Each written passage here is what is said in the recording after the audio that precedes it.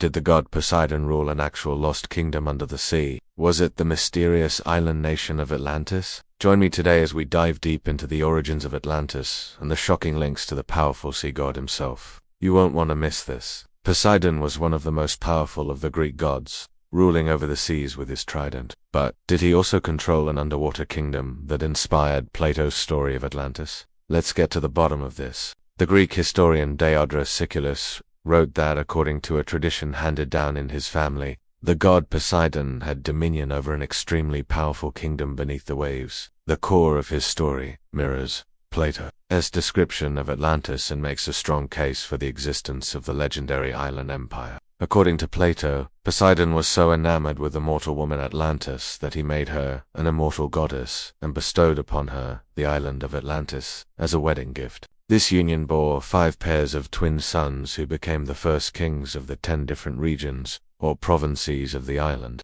In the earliest accounts we have, Poseidon's son, Atlas, was king of an island, given to him by his father. Later writers combined these traditions to form the narrative of Atlantis, but it appears that some versions circulated even in Plato's time. In fact, Plato may have learned about this alternate version from his mentor, the philosopher and mathematician Pythagoras, who claimed that the Atlanteans were descended from Poseidon and Atlas. Plato describes Atlantis as a grand island empire, but its location and size are left ambiguous. He says the island was bigger than Libya, and it was circled by a wall. The entire island was divided into 10 regions, or Poseidon built an immense temple there, dedicated to himself and all the gods, which served as the seat of government for the entire empire. And there is clear evidence that many of the details of the tale were known long before Plato put them together. For example, the poet Hesiod mentions Atlantis and its 10 and other poets speak of Poseidon having 5 pairs of twin sons, though they don't connect them with Atlantis. But those who know the story of Atlantis are well aware of the all-too-familiar ending.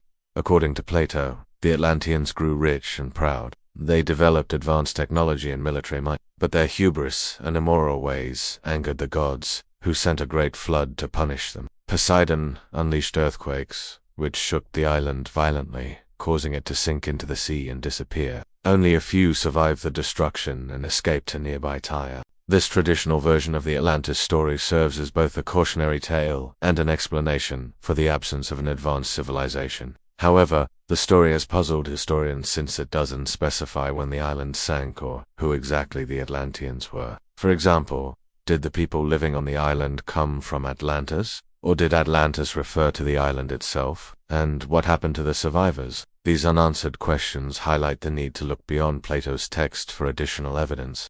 As it turns out, there are numerous archaeological findings that align remarkably with the details provided by Plato, lending credence to the idea that the myth of Atlantis could preserve real historical memory of a lost civilization. But let's continue. It is hard not to notice the parallels between the biblical account of the Great Flood and the story of Atlantis. Both tell of divine retribution against humankind due to their wickedness. But there is more to consider. The tale of Poseidon and his island kingdom could be based on the real-life sinking of an advanced civilization. Some researchers propose that Atlantis sank due to a natural disaster, such as a volcanic eruption or earthquake, which could explain why only a few people survived. But how did the memory of this event turn into a myth? What role did Poseidon play? Well, as the supreme ruler of the seas, Poseidon was often called upon to calm storms and quell earthquakes, reflecting people's dependence on the ocean and their fear of its power. Could the tale of Poseidon's anger and punishment have originated from such fears?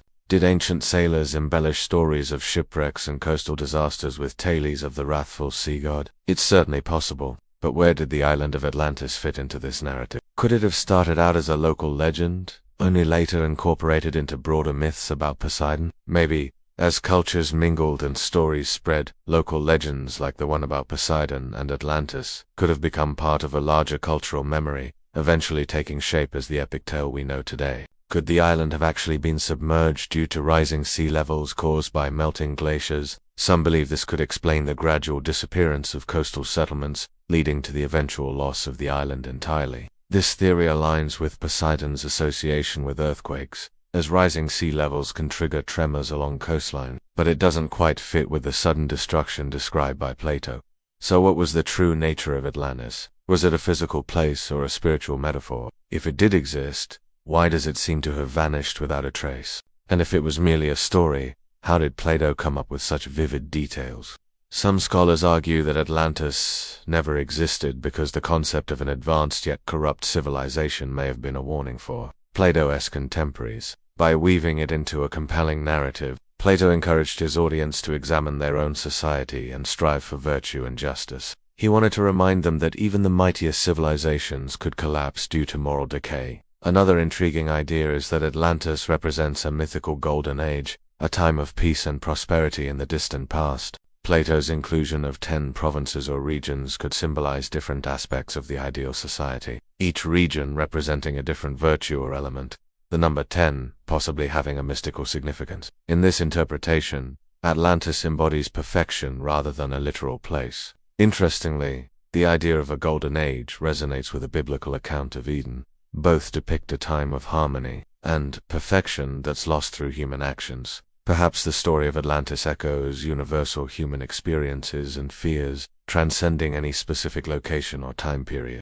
However, the architectural similarities between Plato's Atlantis and real-world ruins hint at a more tangible basis for the story. Plato describes the Atlantean temples as massive structures with advanced technology, which could be interpreted metaphorically. But the correlation with actual ruins like those in Egypt, Cambodia, or Greece suggests a deeper connection to physical places. These ruins often feature grand temples with intricate designs, reminiscent of Plato's description. They also reflect a high level of engineering and construction, aligning with the notion of advanced technology mentioned in the story. Additionally, many of these sites consist of 10 distinct areas or complexes, echoing Plato's account of Atlantis being divided into 10 regions. Take, for example, the ancient city of Eriu in Greece, which features a massive temple complex surrounded by smaller shrines, or explore the Temple of Artemis, one of the ancient world's 7 wonders, located in what is now Turkey. Each site offers a glimpse into the architectural grandeur and regional organization described by Plato. Oceans and submerged cities adds another layer to the Atlantis mystery. His association with earthquakes could be linked to the catastrophic events that led to the destruction of an advanced civilization. As the god of the sea,